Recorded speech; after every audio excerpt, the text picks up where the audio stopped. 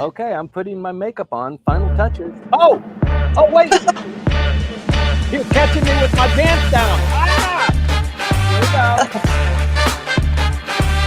Oh, yeah. Here she goes. Walks me off the deck. Yep, big wave. Here it comes. Oh! Woo! There we go. Good morning. Good morning, Timothy, and good morning to everybody who has tuned into the Japanese Politics One-on-One. This is episode 234, and today we're going to talk about the political events that shape life and business in Japan. I think that Timothy is going to talk about the LDP infighting, the yen, the economy, also the diplomatic calendar of the top politicians in Japan, and also about the foreigners here. But I'm not going to disclose everything in the beginning. Timothy, it is over to you. Thank you very much, Maya. Good morning, Japan Hands. This is episode 234, 234 weeks consecutively. Thank you very much, Maya, for your terror. I'm reporting from the deck of Grimm's in Misaki Port, which is on the tip of the Yokohama Peninsula. It's not called the Yokohama Peninsula, it's called the Miura Peninsula, but I'm at the very tip of it. And wow, did Japan just endure an astonishing week or not? And welcome to August. Maya, we survived July. We did the hot, very, very hot July, but it seems that August will be equally hot. Oh my gosh, yeah. We need to prepare. So today is August 3rd, as everyone knows, but we were hit with a typhoon, an earthquake and tsunami, the formal launch of the Trump tariffs, and the highest temperature in recorded history in Japan, Maya. On top of that, the LDP has just lost its majority in the upper house, as everybody is aware of. And politics in general is in a fragile limbo this week, last week, and the country is under enormous strain. Let me just hit the headlines and then turn it back over to you. This is what we're going to be talking about today, Maya, for everybody's mental preparation. The yen-dollar exchange, we always start with that. And what is the current level of 148.10, what this says about the market confidence and how the market is reading what's going on in the Ishiba administration. The Prime Minister's diplomatic schedule and Japan's quiet but purposeful regional coordination continues. LDP infighting, Moriyama's likely resignation, and why Mr. Ishiba remains in office for now. We can get into that a little bit deeper.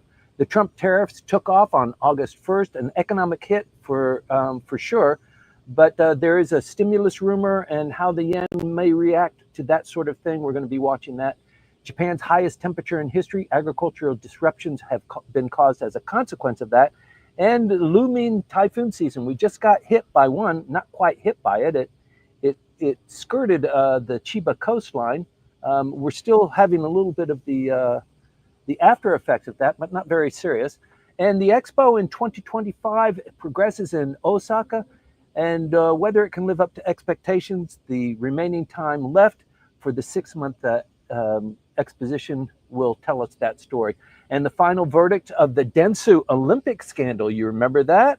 And the question of accountability, what happened with that? You remember? Recent stabbings and a broader crime picture. Crime has been in the news just recently and was played up in the last election. Cybercrime and capital punishment also will receive just a little bit of attention. The foreign population of Japan is projected to hit 10% by 2040. That's 15 years from now. How is society responding to that? 10%. It's about 2.5%, 3% right now, but it's going to make a difference. A lot of European and America too, are at that level and just beyond it. But it does have an impact on society, and for a country and a culture like Japan, it's going to make a difference. So let me get into those a little bit after turning it back over to you, Maya. Yes, okay, thank you so much for this, Timothy. And to everybody watching us, I just wanted to say, if you find these briefings informative and useful for your business, maybe life in Japan as well, please share them with your friends and colleagues and acquaintances so that we can spread the word. We appreciate your help in this. And of course, let us know that you have been here. You have watched by hitting like or follow or subscribe, and leaving your comments and questions so that we can talk about them and address them in the Q&A session. Or if you leave them during the week, of course, we will address them during the next episode, which is always on Sunday morning at 8:20 Japan time. Timothy, over to you again. Thank you. And thank you, everybody, for your patronage. I know being a Japan hand requires you to be on top of a lot of different things. And I hope, attending and participating in this weekly briefing helps you achieve that. So the yen closed out, as I said, at 148.10. The 150 mark is the mark that you need to watch. Once it goes beyond 150, usually the government gets involved. The Bank of Japan starts being very nervous about the cost of the yen. It held relatively steady in the face of the storm, shock, and the scandal. The Trump tariff was priced in, so it was really the LDP's electoral loss that kind of touched the value of the yen, but it didn't vacillate very much. The Bank of Japan remains cautious, and they had their meeting on Wednesday and Thursday of this last week. So if it breaches 150, it could trigger some action, and we get that sense in listening to the pronouncements from the Bank of Japan. And the cabinet wrestles with inflation and energy and the trade blowback. The yen becomes the pressure valve, and it's a leading indicator of Japan's economic credibility. So we continue to watch it. You should too, and we'll continue to report on it. Right now, it's staying steady. It was at 148 last week as well, so not a whole lot of change because of the Trump tariffs, because of the loss of the LDP in the upper house, and a lot of other things that were going on. So it does indicate some strength in the economy here. Last week, Mr. Ishiba held bilateral talks with the Czech president, Pierre Pavel, and received South Korea's foreign minister, Cho Tae-yul. Mr. Cho Tae-yul has been in office for maybe 3 weeks. We have a new president of South Korea, as you know, and Mr. Cho was appointed as foreign minister. This is his first foreign trip to Japan. And from Japan, he goes to the United States. And this is pretty significant. Typically what happens is the United States gets top billing for any kind of delegation like that. They go to the United States, they meet there, and then on their return trip, they come to Japan. This is reversed this time. So it indicates that South Korea is really making an effort to recreate or continue the creation of this trilateral relationship that the United States has put so much energy into: Japan, South Korea, and the United States. So deliberate and diplomatic projecting on regional steadiness seems to be the hallmark, not just of South Korea, but also of Japan. Korea also received its Trump tariffs. At the very last minute, it came also in at 15%, but they were struggling a lot with that. But they came in one of the last ones to come in before the August 1st deadline. Coming up, Japan co-hosts the ASEAN Climate Energy Dialogue, and India will dispatch envoys for the next round of bilateral defense talks. This is pretty big. Japan and India have not been that roundly bound together. And in fact, President Trump mentioned that India, if they're going to be playing with China and Russia, they can go to hell or something along those lines. So there's a little bit of tension there. I think India is at the crossroads. It needs to make some decisions. But Japan is making these bilateral defense initiatives, and I think that there's a good reason to be optimistic. The prime minister, in the meantime, he remains grounded. He's sending his ministers to do the outreach while managing the turmoil at home. So that's a smart move. He can't be out gallivanting in foreign capitals because he's got a lot going on here. And I think he's just aimed at preventing the foreign panic while diplomatic politics reigns. So this is a very delicate time. We started the briefing with that. Most of you understand that. So there's a lot going on diplomatically, and the prime minister is trying to keep on top of things. He's also trying to continue to stay as prime minister. Monday's LDP executive meeting exposed the fractional lines within the LDP.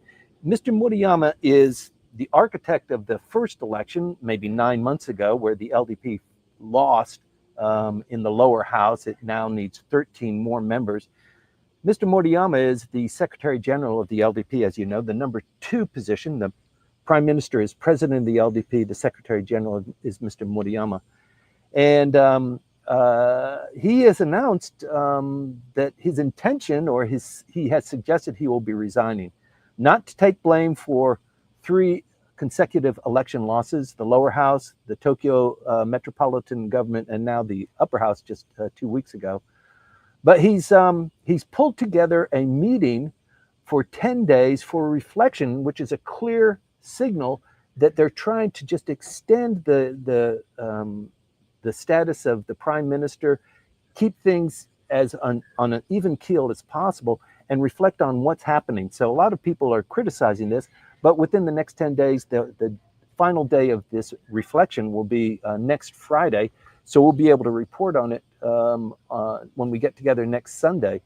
But the Secretary General is the one that controls the legislative agenda and acts as the party's internal stabilizer. And if Mr. Moriyama exits, the Prime Minister loses kind of the last of his institutional buffer. So there's a lot of wonder and consternation about what's going to happen there and who's going to replace him. Koizumi has been floated as a possible successor. He's young, media savvy, and he's factionally liked. He's not that well liked or understood. He's too young. He's untested and distrusted by the senior ranks within the LDP.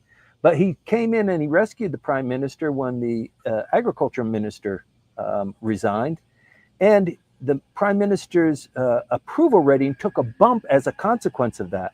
So I think the prime minister is thinking maybe we can extract a little bit more out of Mr. Koizumi and make him as the number 2 within the LDP. That would be a huge boost for Mr. Koizumi. I don't know if it will fly. I think it needs somebody a little bit more senior, and they just don't need that much more to fight about. The factions are splitting. One group wants Ishiba out quickly. The other is trying to contain the damage and wait until a successor with a consensus emerges. And there's no heir apparent that has stepped forward, although there are a couple of people like Mr. Kishida who are kind of in the background, but it's a very delicate time. It looks like, from my perspective, and a lot of other people's as well, that Mr. Ishiba is likely to remain throughout August, not out of strength, but out of necessity, just the logistics alone.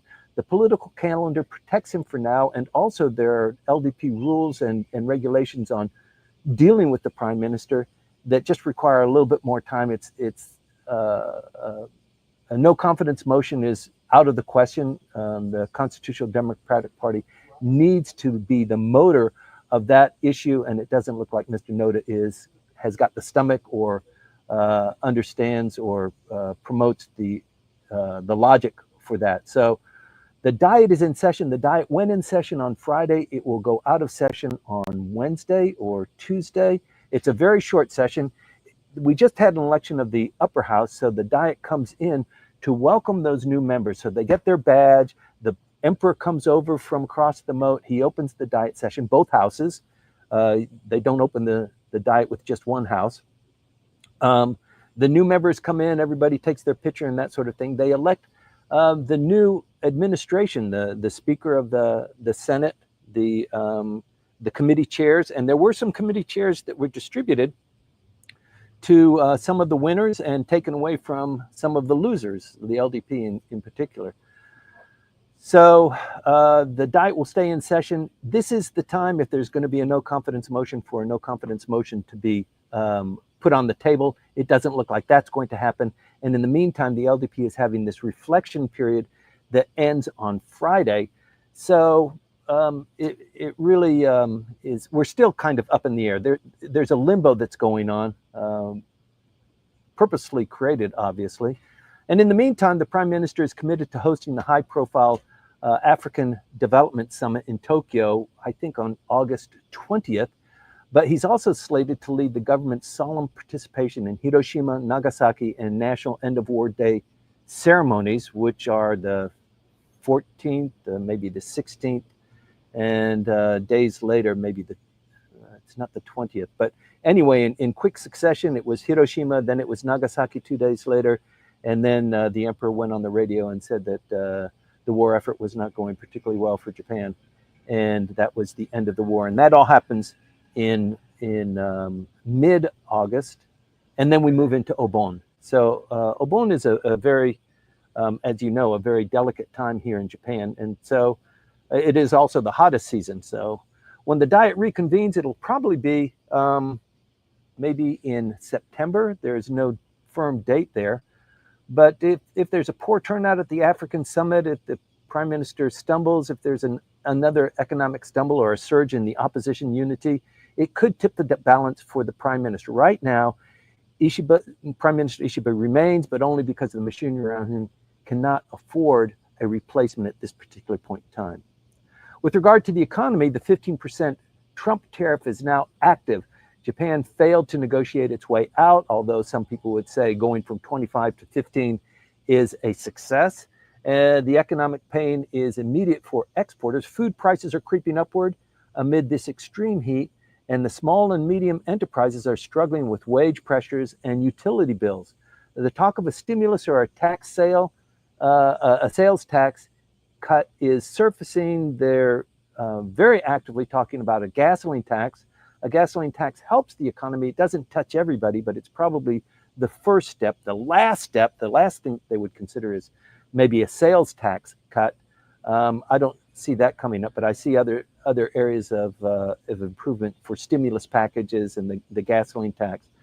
But there might be a further weakening of the yen, which already sits at 148 as of Friday, with no big economic wins on the horizon. The cabinet just faces paralysis until some bold move materials pretty fast. So I don't see that happening in August, but come September, we're going to be roaring out of the gate. Japan recorded its hottest day over this last week, 41.3 degrees.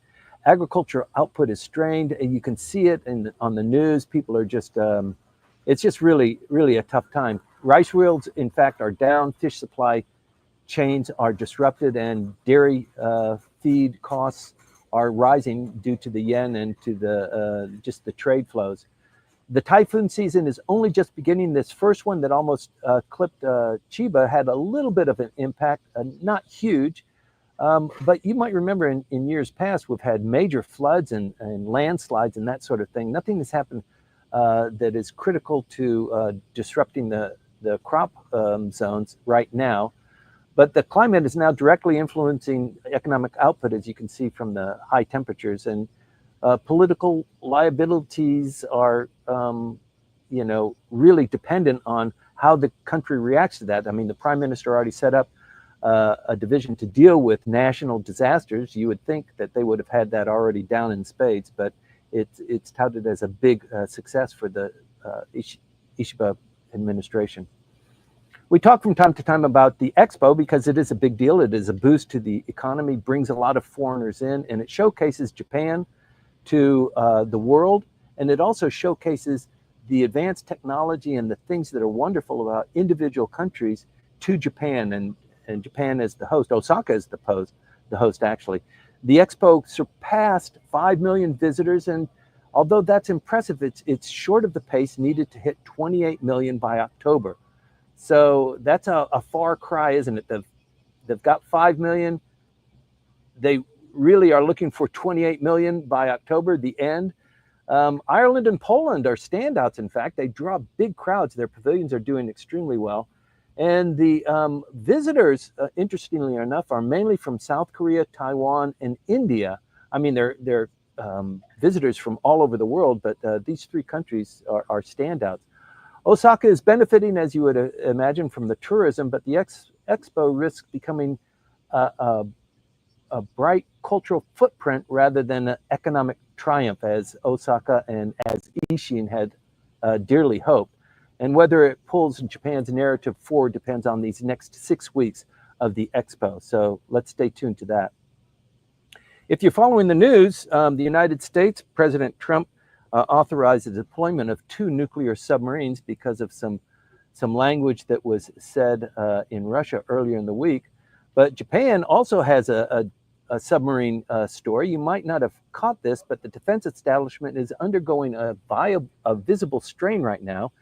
And a bribery scandal involving Kawasaki Heavy and submarine maintenance contracts has just emerged.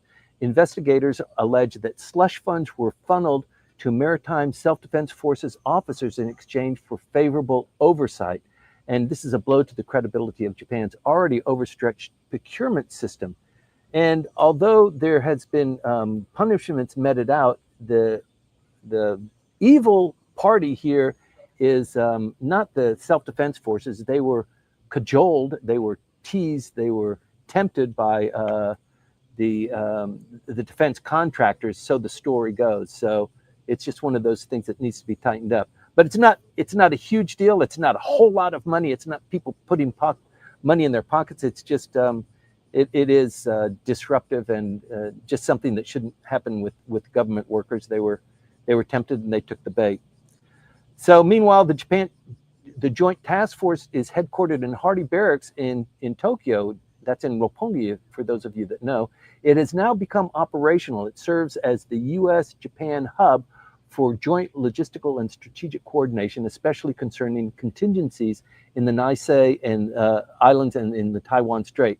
And this marks a significant evolution in alliance integration. It's not full-blown. It's not in Ichigaya. It's not in Yokosuka. It's in Hardy Barracks. So there's only so much that they can accommodate. It's not that huge a space, but it is a step forward in aligning United States military forces and Japanese military forces. It's probably long overdue. But Defense Minister Gen Nakatani is balancing reform together with this kind of assurance. He's committed to increasing self-defense forces transparency while overseeing substantial expansion in recruitment incentives. This month, entry-level self-defense forces recruits received their first pay hike in 14 years. It's blunt, but it's necessary to move as Japan faces growing difficulty attracting young enlistees into from a shrinking population. So externally, Japan is stepping up its NATO alignment, a new Japan-NATO defense industry dialogue. This is important. It was launched in Brussels, and Tokyo has voiced an interest in joining NATO's security assistance training mission for Ukraine. This partnership now reaches beyond shared values into joint production and technology cooperation, especially in dual-use domains such as cyber, AI, and space. We've talked about this before on this program, the gradual evolution of a military defense industry in Japan producing defense materials, weapons, technology, the submarines, in fact, dual use, defensive for sure, could be turned to offensive. But taken together, these threads point to a country reluctantly adapting to the realities of the 21st century security. Increasing regional threats strain the personnel pipelines, and there is definitely a need to modernize both capacity and credibility. Japan's post-war pacifism may not be gone, but it's beginning to be re-engineered under pressure. We talked about Dentsu and the Olympic scandal. You remember that. It was 7 years ago. So the court upheld a lower court finding that Dentsu was guilty of finagling and bribing and cajoling, not unlike the defense ministry being teased by the contractors to accept certain things for maybe looking the other way or accepting, well, they basically call it rigging, but certainly the Olympic bids were rigged. And this is 7 years after that scandal broke, and the result feels a little bit symbolic rather than substantive. Suspended sentences, no resignations, no real reckoning. Compared to international standards, this is corporate theater. And I think for those of you that followed, Dentsu led from behind, and there are a couple of people that took the hit for that, but they've walked away with a bargain, 300 million yen as a discount for that kind of violation of public trust. So it's not just here on this show, not just me, but public frustration is palatable in this hand down. We talked about crime. We frequently talk about crime, not every time, but crime has been an issue in the election campaigns of Sanseito, as you remember, and it's been in the press quite a bit. There were 3 random stabbings in Tokyo just this last week, or in Japan. Not all of them were in Tokyo. So they're statistically rare, although they're shocking that knives are used in a violent crime. But as we all know, violent crime in Japan is incredibly low. Fraud and cybercrime and theft are rising, but you might remember that there was a recent execution of the Twitter killer. So Japan does have a death penalty. I think there are 105 people on death row. When the Minister of Justice signs the death warrant, on that day or maybe the next day, the convicted is walked to the gallows and they're hanged without much of fanfare, without no notice to their family or to them. They're told, this is your last breakfast. What would you like for breakfast? And after breakfast, we'll be taking you to the gallows. So that's how it happens here. So public faith in the system feels a little bit fragile. It's justice is slow here. Weak corporate punishment, as we saw in a lot of different instances, not just the Nissan and Gon case, but there is rising anxiety despite hard data to the contrary that Japan is suffering from a crime wave. That's not the case. And the other thing is crime by foreigners, it continues to remain low, but the media coverage magnifies each and every case. The traffic accidents are up, but that's due to unfamiliarity and distraction, not quite recklessness. When you're coming from a Western Union country, sometimes the steering wheel's on the other side, you make a left-hand turn, and by muscle memory, you sometimes go into opposite traffic. That has happened a couple of times. But actually, foreign residents are projected to make up 10% of the population by 2040. And the governors, they've just had a governors association meeting this last week. They're urging national planning for a multicultural society. The governors are very sensitive. They see it. Agriculture, fisheries, construction, and healthcare, they're already heavily reliant on foreign workers. We all know that. You can walk around and you see the fellows doing construction or guiding traffic, that sort of thing. So the politics of inclusion or exclusion will define Japan's next era. We are emerging into that right now. So with all of this, Japan, it just continues to face a current storm, natural, political, economic, and yet the undercurrent across all of these issues is governance. Whether managing disaster, diplomacy, or demographic change, the strength of Japan's institutions and the adaptability of its political leadership are being tested. We're watching the way the system can stretch and contract, and the question now is, will it bend or will it break? That is upon us now. Within the next maybe 8 weeks, I think we're going to see what the answer is. So with that, I'll hand it over to you, Maya, for the Q&A part and whatever observations you might have. But thank you, everybody, Japan Hands, for being with us again this week. Let's explore these developments together in more detail in the next session of questions. Thanks.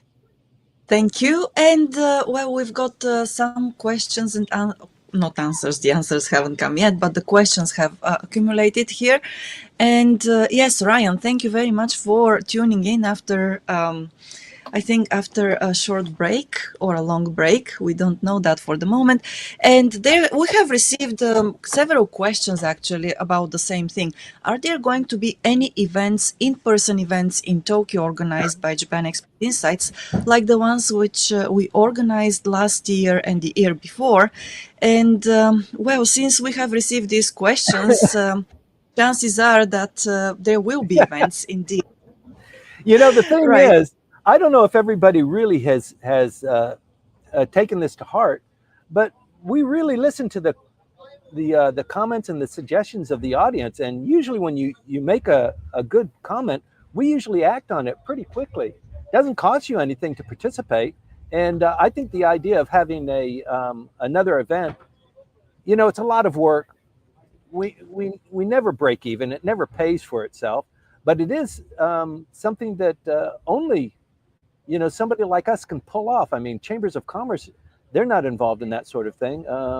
Individuals do it from time to time, but every time you have organized an event, Maya, it's always been a sellout crowd, and people have enjoyed that and clamored for more. So I'm not surprised by this request.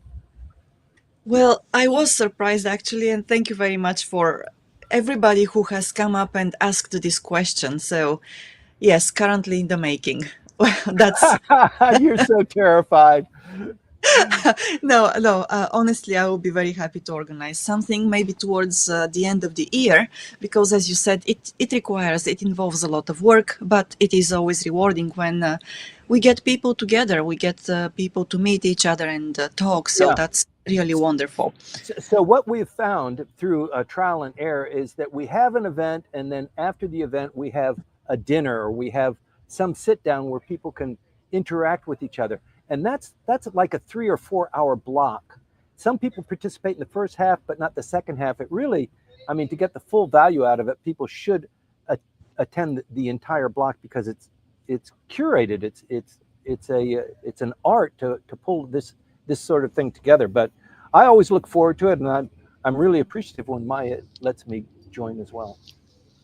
Only when I let you join. Yes. All right. And yes, thank you very much for the questions and for the stimulus to once again work and organize such an event. We will be working on this. And also, thank you for very much for actually letting us know that you have been here by hitting like, subscribe, share, follow, by leaving your questions and also comments here. So once again, I'll start with the very first comment. I think that if you have followed us for a while, you know that that very first comment comes early in the morning on Sunday, our time, from Byron Johnston. And this time, Who's in DC? who is in DC, yes. Yeah. And Timothy, this time, the question from Byron is actually a challenge to you, I Oh believe. gosh, So, he was yes. preening last week. I think he's starting to feel his oats. Hi, Byron. Well, yes. Hello, Byron. And just let me get to the question. Okay, here we go. No, not this one. Yes, please forgive me for this. No, not this one. Here. Okay. If it's Yes. not Gabor, it's Byron. Come on, Yes, I really appreciate put all your the money where your questions. mouth is. Yeah. All right. So here we go. Here Timothy, we go. yes. Timothy, are you ready to accept that Ishin is the most likely to partner with the LDP and Komeito to keep this government going? Making Osaka the second capital is a key Nah. part of that strategy. Also, you promised Brio cream is most welcome. Your promised Brio cream is most welcome if this becomes a reality. Haven't seen it in years, but it helps in preening. Brill cream, a little dab will do you. A That's an Brio old cream. Brill cream. It's a pretty famous commercial from maybe 100 years ago, but Byron probably remembers it. I think we're of the same generation. But no, I don't see. It's possible. It's possible that Ishin becomes that. It's more likely that the Democratic Party for the People is the chosen date for the LDP. But yeah, maybe Ishin. The reason why the Democratic Party for the People is my favorite is because they are more LDP like. The problem with them is their leader, Mr. Tamaki. He wants to be prime minister, and he's holding that over as his bargaining chip.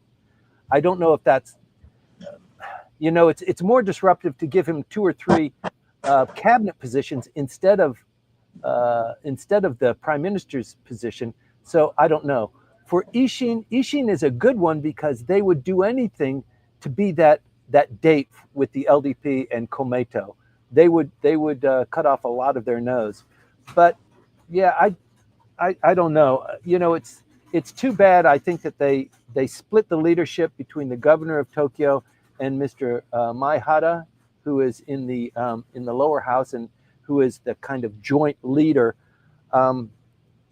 Yeah, I just don't see that happening, Mr. Brookering. But let's see. We'll know within the next, certainly within 8 weeks, but we might know a little bit sooner when August closes out. But I think we need to get into September for that issue. We'll see signs of it, and I will hold off on sending you the brokering until the fat lady sings. Right. And in line with this, you you talked about the infighting in the LDP, and well, we have also seen that a lot of prefectural offices of the LDP have also called Mr. Ishiba to step Yeah. down, right? Yep. And or at least restructure the party, the LDP, so that they can position the party better for the next lower house election, right? Which Right. is not coming anytime soon this year, but still. And so I wondered, do you think that if Mr. Ishiba steps down, then once again we can see a stronger push within the LDP to partner with Ishin? Yeah. Yeah. But it would take some kind of dramatic shift for that to happen, and I think it wouldn't happen under Mr. Ishiba's leadership. I think the reason why Byron is sweet on Ishin is because of the relationship between Ishin and the current prime minister. But with the switch out of prime ministers, then it's up for grabs. The other contenders, you know, I don't know. There are a lot of contenders that are more China leaning than U.S. leaning, and there is a strong contingent within the LDP that supports that. And there's also a contingent within the LDP that wants to go further to the right. They want to return to, I mean, you know, Nippon Kaigi, the reemergence of Nippon Kaigi becoming a little bit more public. It's not a reemergence.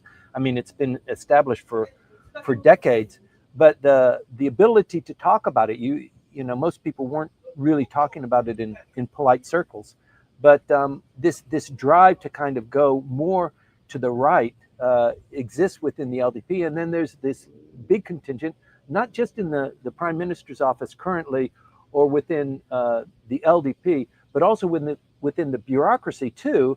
That is, you know, the China group is very strong and powerful. So there are a lot of things going on there.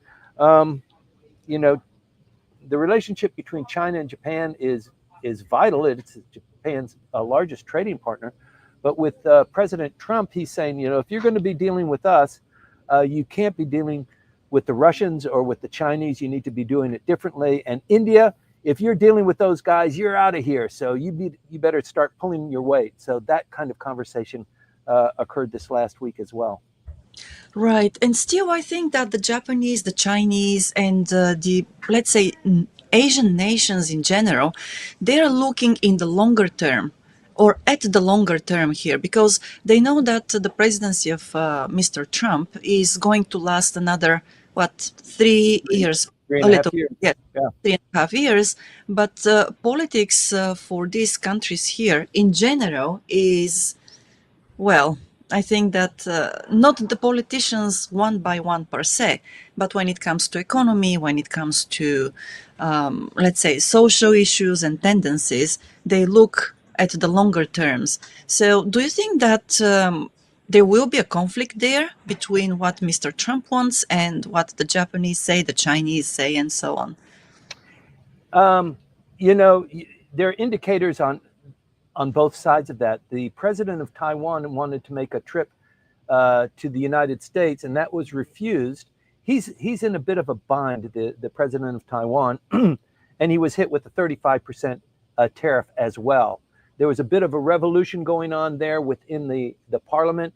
He initiated a plan to kind of arrest or censor many of the opposition parties, and that fell flat on its face unanimously, damaging his credibility and his strength, and then being refused by the president to come make a stopover visiting the United States because that might anger the Chinese. They're in delicate conversations right now. The Secretary of the Treasury is in Stockholm on maybe a weekly basis, not quite weekly, but he was just in Stockholm discussing with his Chinese counterparts. I think they purchased another 90-day extension of the imposition of tariffs. So there's a lot, you know, in play right now. Right, and Daniel, thank you very much for the comments. Daniel Maggs writes that the Hi, Daniel. The United States has continued to do significant trade with Russia while telling others not to and putting tariffs on them. Yeah, Yeah, that's so very true.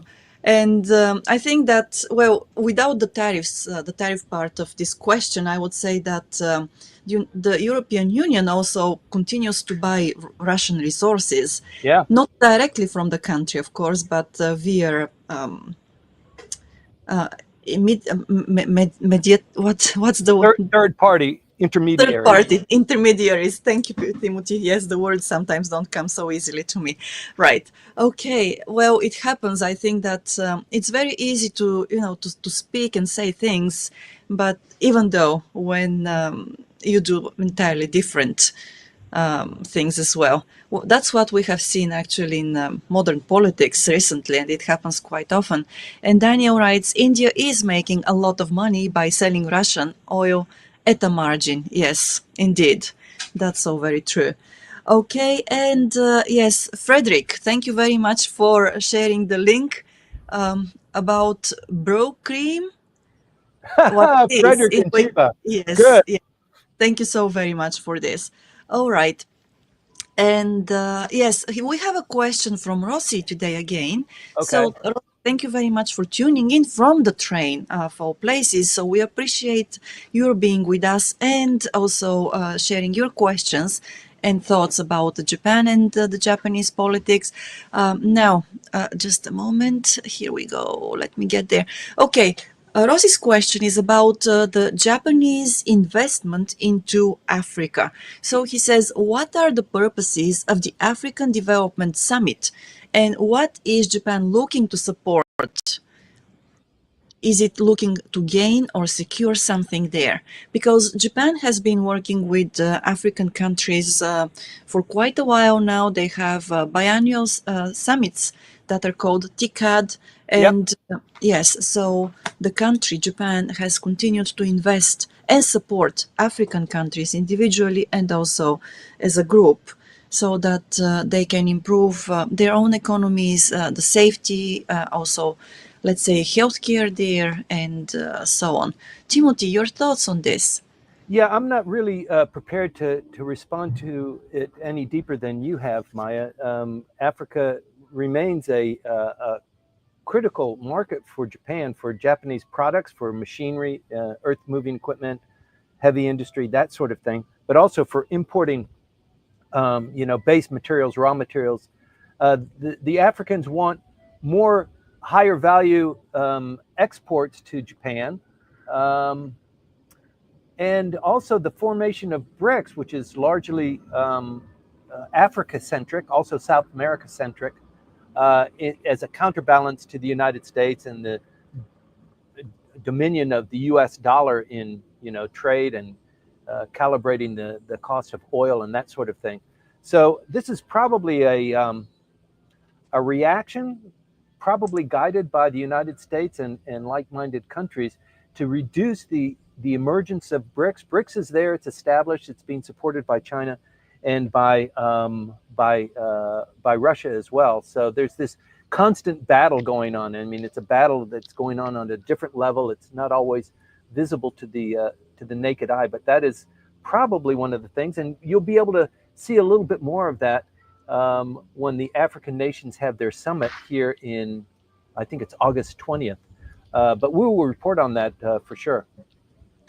Yes, well, if I can share some thoughts, because at my previous workplace, we worked with African countries and we also worked with the Ministry of Foreign Affairs here, and it was in a different field, but still, the general idea was what I hear from the bureaucrats in Kasumi Gaseki is that Japan wants to invest in African countries because, as you mentioned, Timothy, African countries are market for Japanese machinery and some other Japanese products, but they also produce a lot of resources that Japan can use. And we also know that some of those countries import, let's say, food and other commodities here into Japan. And when I say commodities, it's mostly grain, coffee beans, and tea. Of course, Flowers. flowers as well. We know that Kenya is the biggest rose importer into Japan and other flowers as well. And also Japan has realized that China has already established a strategic presence in Yep. Africa.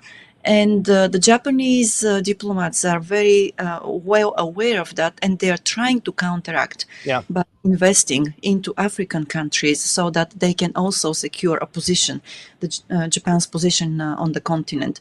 So, how successful this has been, I cannot say right now because we know that China is also working very hard to maintain that presence there. But there is a competition in Africa, and the main reasons for these investments, at least until 2 years ago, were just as I mentioned now. And well, we've Maya, got, yes, TCAT, is that an annual event? it is. I think that in Japan it happens every 2 years. They, Yeah, that sounds more reasonable. Because yes, I remember you were always involved in that. You always held a yeah, delegation, or you were always doing something with TCAT. And yes, TCAT, yes, it goes up and down, but I remember two particular TCATs which were really robust. There was a lot of activity there, a lot of press reports, a lot of energy that was going into that. This last one, I didn't notice the same thing, and that's probably because you weren't involved anymore. right. I wasn't there. Yes, indeed. Okay. Well, and then we've got another comment from Frederick.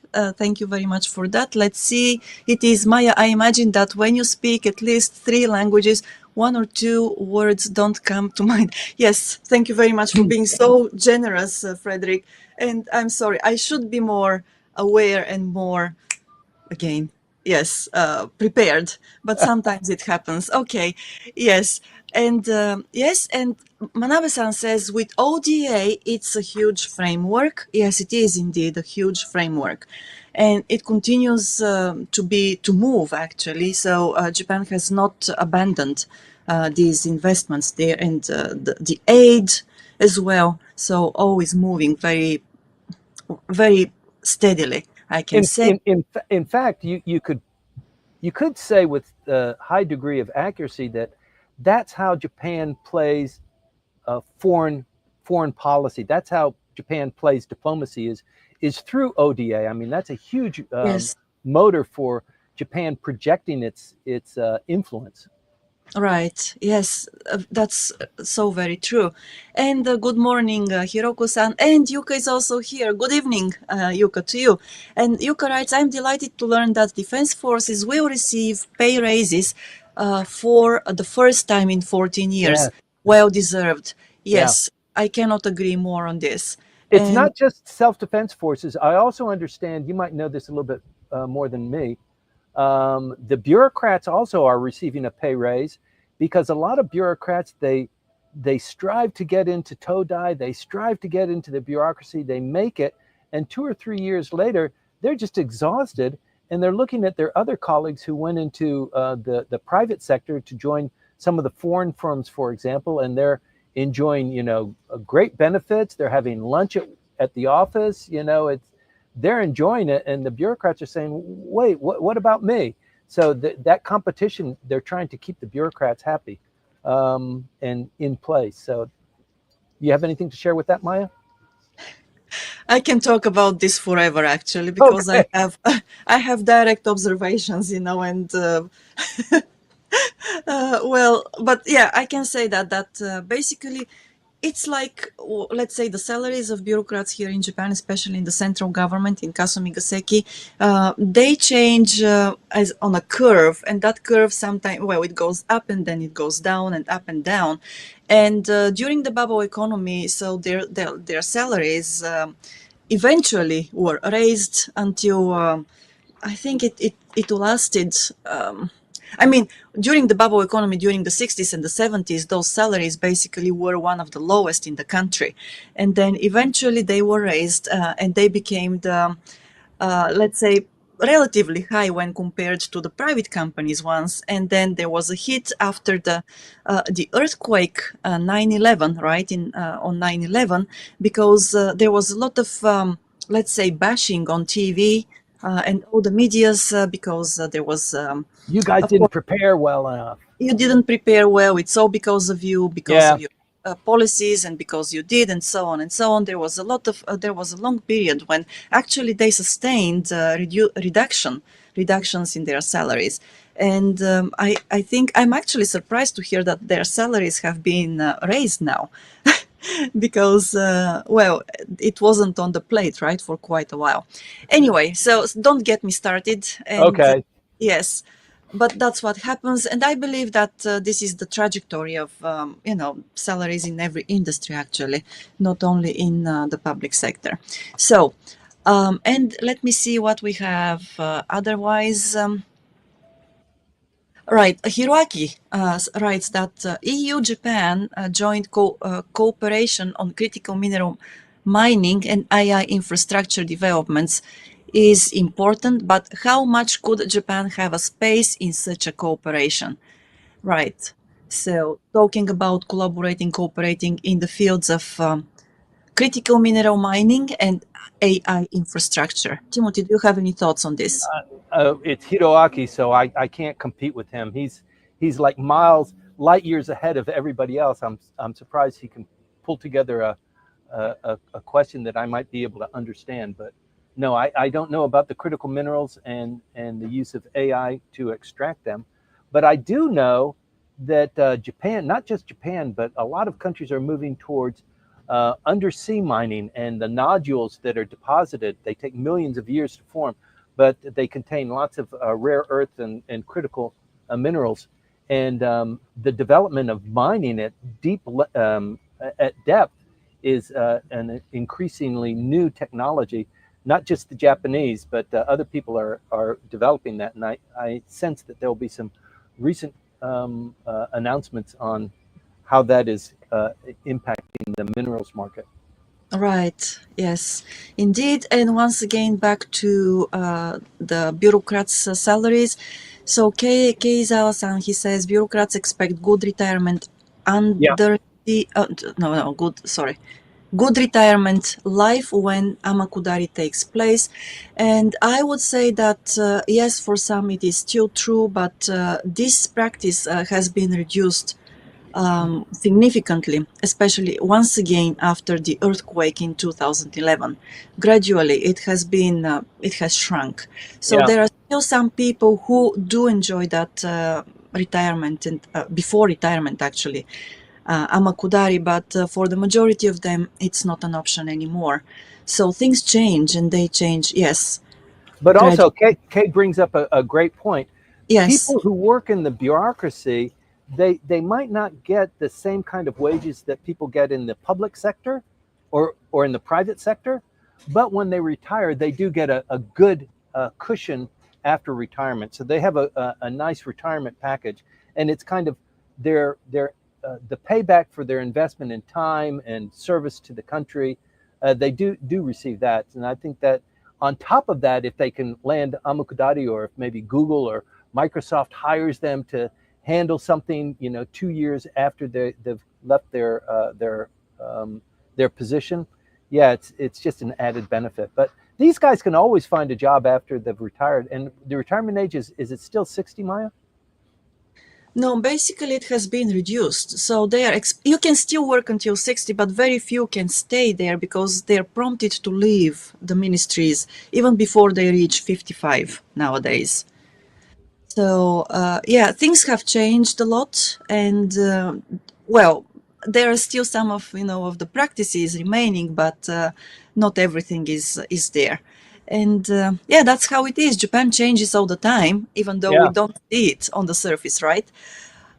Okay, and Hiroko-san writes, I'm not sure if someone asked this or you talked about, but President Trump has ordered to deploy submarines to appropriate regions. Is it near northern part of Japan?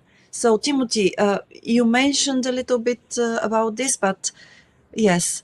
So the appropriate regions, of course, that's code for, I'm not going to tell you. You have to guess, and I'm not going to be, I'm not going to share the absolute secret so that you're looking in the Tsuruga Strait for my nuclear submarine, right?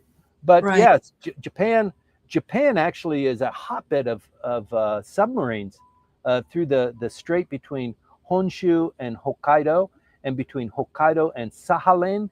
The currents there are really strong. It's a deep channel there.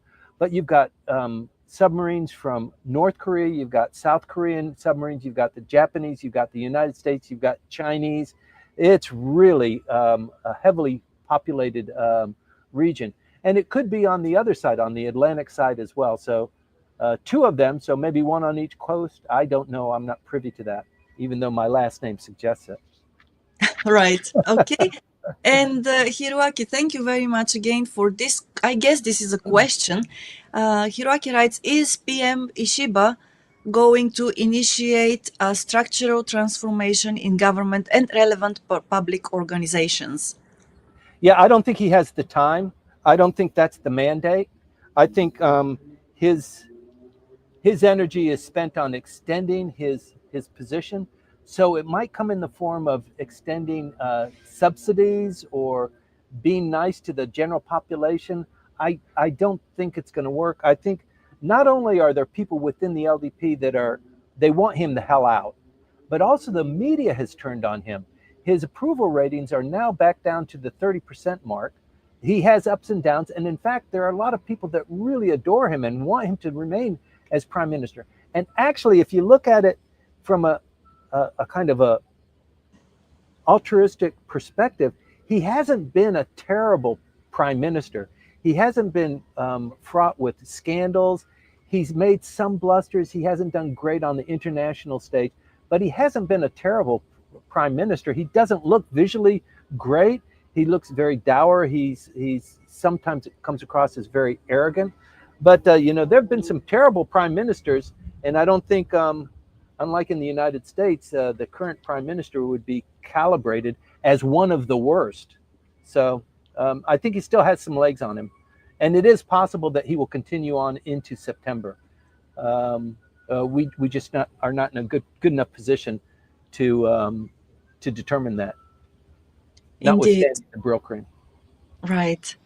Great. Okay, thank you. And it looks like I have gone through the questions for the moment, okay. And Andrew, thank you very much for commenting. So Andrew says Japan's government legitimately seems anti-evil, leading by common sense. Well, I don't know what to say to that, because maybe you compare it to other governments, and I think that this comment is asked on an emotional level. And yeah, I think that the Japanese government in general per se is very, well, let's say, cool-headed.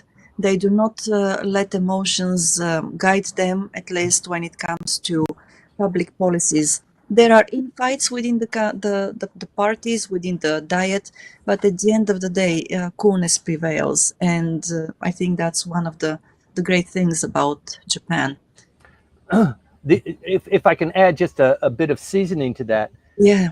I don't think anybody would argue with me by remarking or by observing that the ethical quality of bureaucrats and Japanese administration in general is very high. This submarine scandal that I talked about earlier, where the heavy industry was kind of rigging and kind of cajoling the self-defense forces, that came to light because of a whistleblower saying, this just doesn't seem right. I don't think this is the right way that money should be collected or distributed. It was a creation of a slush fund, actually.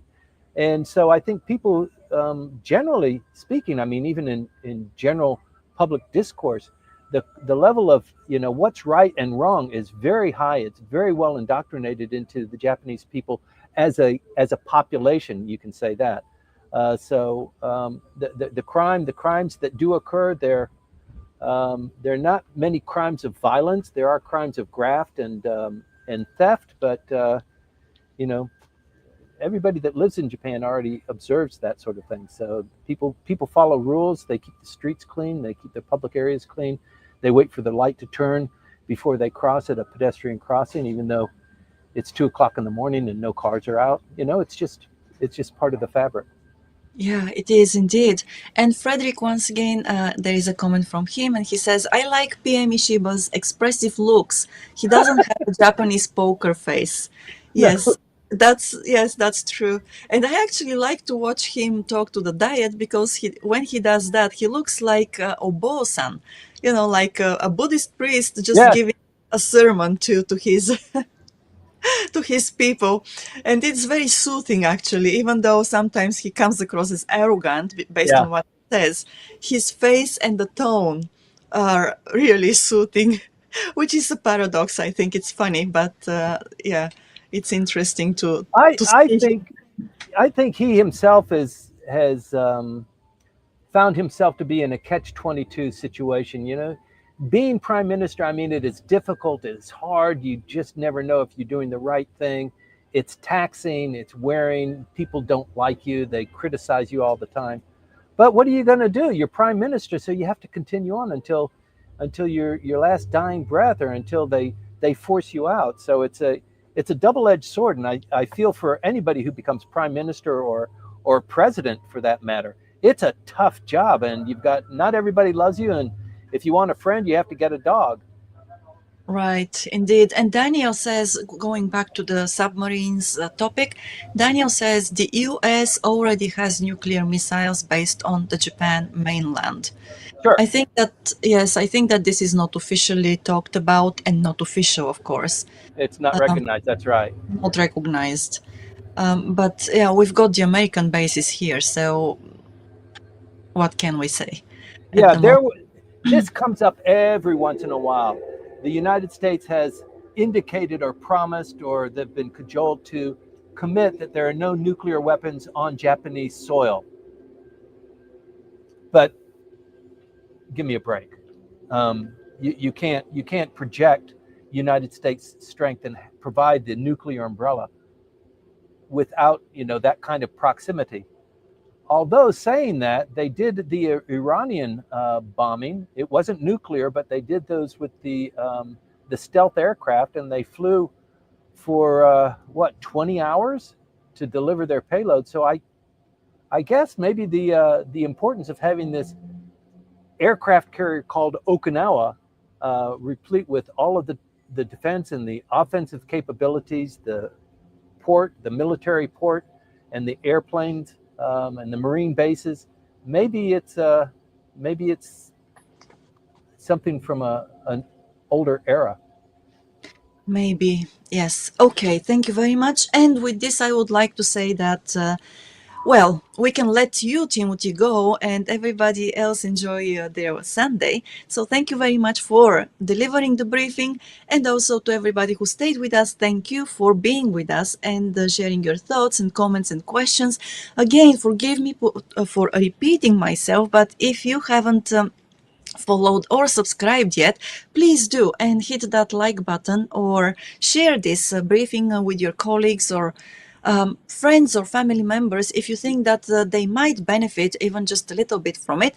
And a big thank you to Deborah and Richard Walton, who said that all the events we have organized have been very good. Thank you very much for attending them. We were just delighted to have you both with us, and well, I hope to have you again at the next one as well.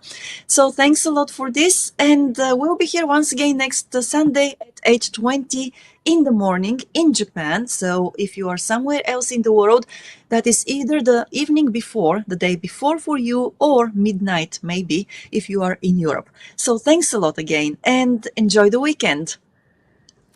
See you, Maya. See you, Timothy.